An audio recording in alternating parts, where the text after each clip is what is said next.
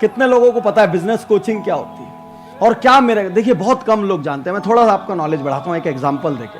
India का एक बड़ा मैन्युफैक्चरर इलेक्ट्रिकल अप्लायंस का, तो हम उनको मेंटर कर रहे थे। वो लोग हमको मेंटरिंग के लिए हायर करते हैं कि भाई हमारा सपना ये है, हमको आईपीओ लाना है, हमको ये करना है, आप हमारे यहाँ आइए कोच कीजिए। तो हम लोग सबके यहाँ जाके पहले एक प्रोग्राम करते हैं जिसका नाम है अमृत मंथन। तो अमृत मंथन में क्या करते हैं, हम हर कैटेगरी के दो तीन स्टाफ को बुला लेते हैं और उनसे कुछ भी सवाल पूछते हैं और उनको बोलते हैं जो उत्तर हो देते जाओ, बस ब्रेन स्टॉर्मिंग लिखते जाओ, क्योंकि उनसे अच्छा इनपुट कोई नहीं दे सकता। आधी क्रिएटिविटी वहां से निकल के आती। एक किस्सा आपको बताता हूँ, मतलब बड़ा इंपॉर्टेंट किस्सा। इसी मैन्युफैक्चरर के हम गए तो एक बंदा कहता है खड़े होके, स्टाफ क्रिएटिविटी की बात कर रहा हूँ आपसे, खड़े होके कहता है धीरे से, सर चोरी रोक लेंगे ना, हमारी कंपनी का प्रॉफिट बढ़ जाएगा। अच्छा, मैं उस बंदे से धीरे से पूछ भी रहा हूँ, भाई चोरी कहाँ पे हो रही है? वो बताया नहीं, उसको लगे डर रिटेलिएशन का। मैंने शाम को एक स्पीच दिया संदीप भाई, एकदम मोटिवेशनल आग लगाना। मैंने लोगों को बोला इस कंपनी से तुम्हारी रोटी चलती है, तुम्हारे बच्चों की स्कूल कॉलेज चलती है, तुम्हारे माता पिता का इलाज होता है, ये कपड़े जो तुम पहन रहे हो इस कंपनी की वजह से, ये कंपनी के तुम मालिक हो।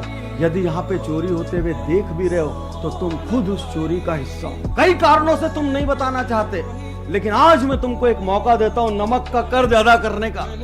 कल से इस फैक्ट्री में इस जगह पर एक बॉक्स रखा रहेगा और 7 डेज तक वो बॉक्स वहां पड़ा रहेगा और 7 डेज तक आपके पास अपॉर्चुनिटी रहेगी। और वो बॉक्स ऐसी जगह पे कि सबको नहीं दिखता, उसमें खाली जाके एक पर्ची में लिख के डाल दो, नाम भी मत डालना, ये लिख दो कितने बजे चोरी होती, कहां होती, कैसे होती है। मैंने उनका एसओपी दिया, मेरे अलावा कोई उस डब्बे को नहीं खोलेगा। सेकंड, उसमें किसी ने किसी के लिए कुछ भी लिखा तो उस पर कोई कार्यवाही नहीं होगी, मेरी गारंटी है। आपका नाम कभी भी लीक नहीं होगा। You always need systems, SOP. 7 दिन बाद जब डब्बा खोला तो उसमें 11 चिट्ठियां थी, 3 बोगस थी, 8 असली थी और उसमें से एक चिट्ठी, जेआईटी का कॉन्सेप्ट आपने सुना होगा, जस्ट इन टाइम।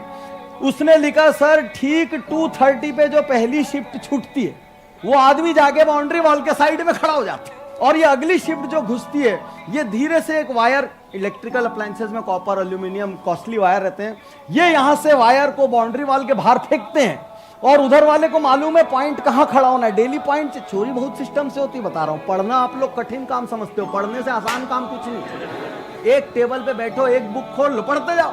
आवारागर्दी इतना कठिन काम है आपको अंदाज नहीं। एक तो पैसे की व्यवस्था करना पड़ता है, घर वालों से मार खाओ, बाहर वालों से मार खाओ, गर्लफ्रेंड के लिए गिफ्ट की व्यवस्था करो, एग्जाम में फेल हो तो मार्क सेट करो, पोस्टमैन को सेट करो, घर में चिट्ठी ना आ जाए शॉर्ट अटेंडेंस की। अरे आवारागर्दी बहुत कठिन काम। सबसे सरल काम है एक बुक पढ़ो टेबल पे, मम्मी भी खुश, पापा भी खुश और वहीं पढ़ पढ़ा के नक्की हो गए, पास हो गए। तो जितने भी लोग पढ़ाई को बोझा समझते हो ना, उससे ज्यादा लीनियर काम कुछ नहीं।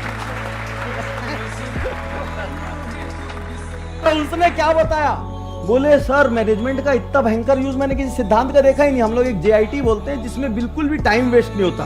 बोले ठीक 2:35 पे एक बंडल उधर गिरता है और उधर वाला गाड़ी से उस बंडल को उठा के निकल जाता है। तो बोले ऐसे कितने बंडल गिरते हैं? सर पूरी बाउंड्री से गिरते रहते हैं, जिसके हाथ जो लगता है। सर 1 महीने बाद जब मैं अगली बार वहां गया, ये तो सिर्फ क्रिएटिविटी थी ना, मैं इलेक्ट्रिकल अप्लायंस नहीं बना सकता, I am not a technical expert. लेकिन बिजनेस कोच क्या करते हैं? केवल क्रिएटिव बुद्धि। मालिक मेरे को गले से लगा के बोलता है, पाटनी साहब 1 महीने में मैं जो चोरी का अंदाज लगाया हूं, कसम से आपने 1 दिन में 1 घंटे में अपनी लाइफ टाइम की फीस निकाल ली।